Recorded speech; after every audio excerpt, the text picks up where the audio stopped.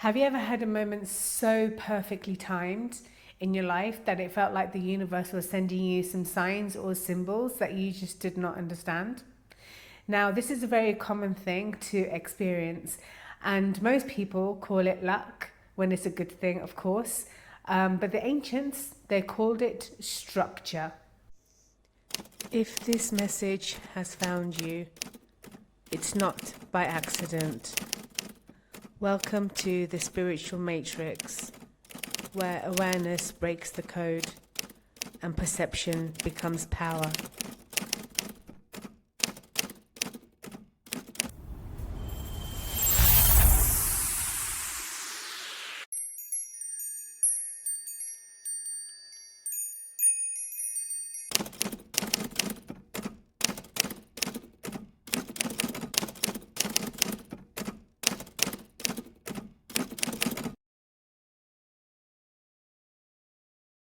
In Greek mythology, even the gods were subject to the three fates, the three sisters, the three goddesses, who held the blueprint for the whole of existence.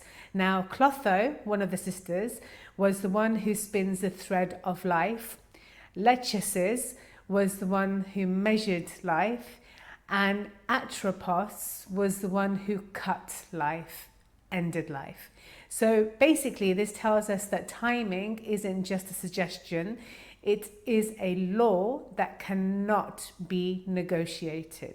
Now, today, we are decoding the spiritual matrix, the invisible forces behind your major life turning points. To understand your daily life today, we have to look back 5,000 years to the cradle of civilization, which of course is Mesopotamia. Now, they didn't see the sky as an empty space, they saw it as a giant celestial chalkboard. Now, the Mesopotamians, what they practiced was something called divine determinism.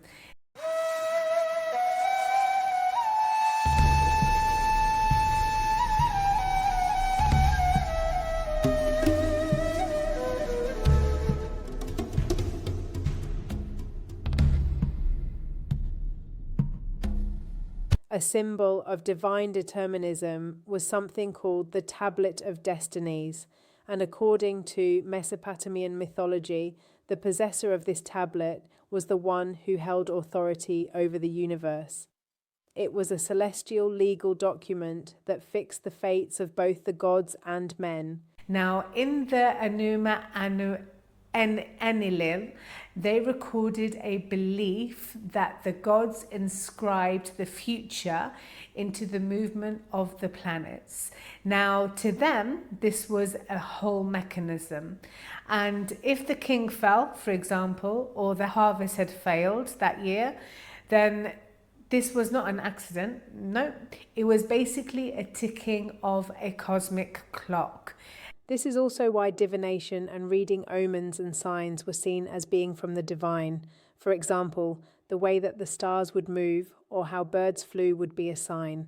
Now, when you feel stuck today, for example, a Babylonian priest would come and tell you that the gear has not yet turned in your favor and this is not the time. You aren't being denied anything, it's just that the conditions are not correct or right for your particular circumstances at this point in life. Now, across the ocean, the Maya civilization took this even further.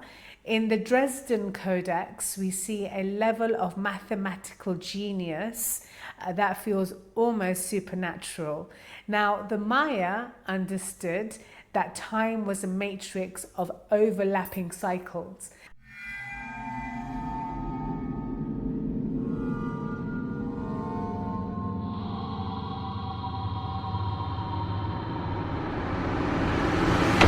Now, they used a 260-day calendar called the Zolkin. Now, the Zolkin was used to determine if a window of time was locked or not.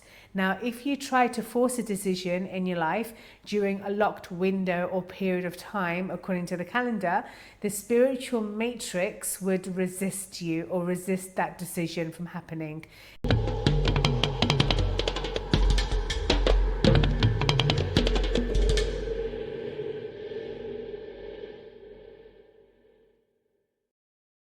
Now, your failure might just be a matter of rhythm within the cycles.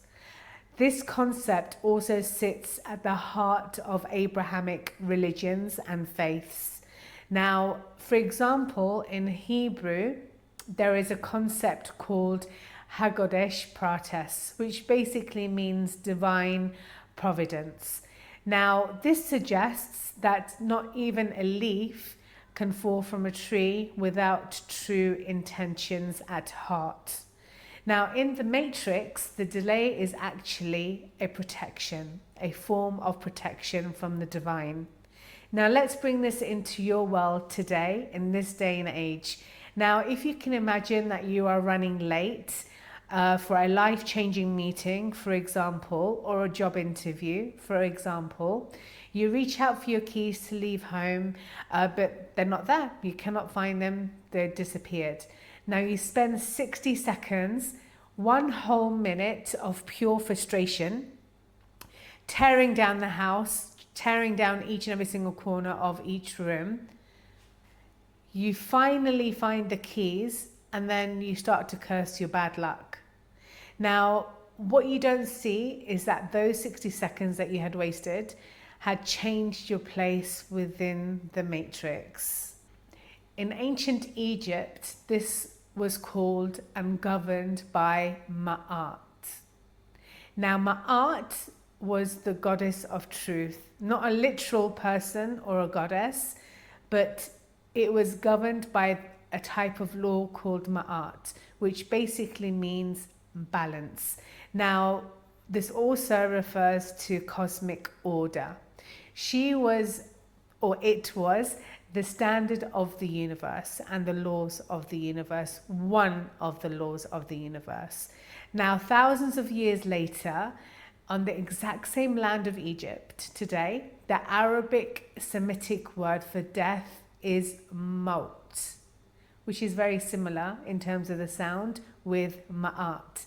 Now, this linguistic code suggests that for 5 millennia, we have subconsciously understood that the end of a cycle, which is basically the end of life, maut, which means death in Arabic, is not a tragedy, but it's a return to ma'at, which is basically balance.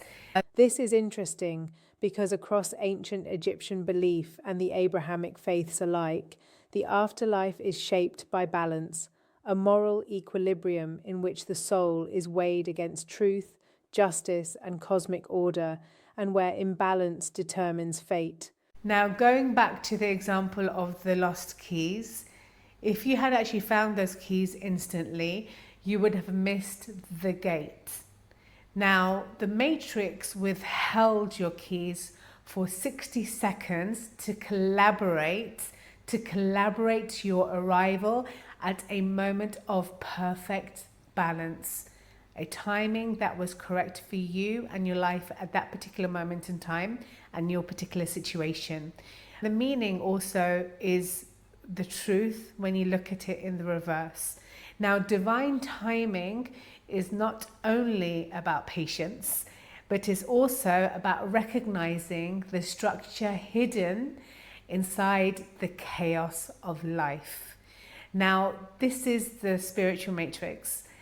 I want to hear your lost key story. What was the bad moment that you experienced in your life? And a time that actually ended up being a miracle or something good that came out of it. Now, in the next episode, we're going to dig deep into the origins of déjà vu, something that we have all experienced. So make sure that you subscribe, hit the bell, and you don't want to miss the moment that the gate opens. The patterns are all around you.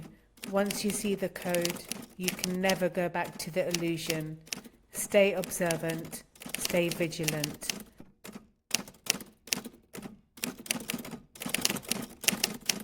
I've prepared for you a tool. Download the Codebreaker's journal from the link in the video description box and document the coded third space moments in your daily life.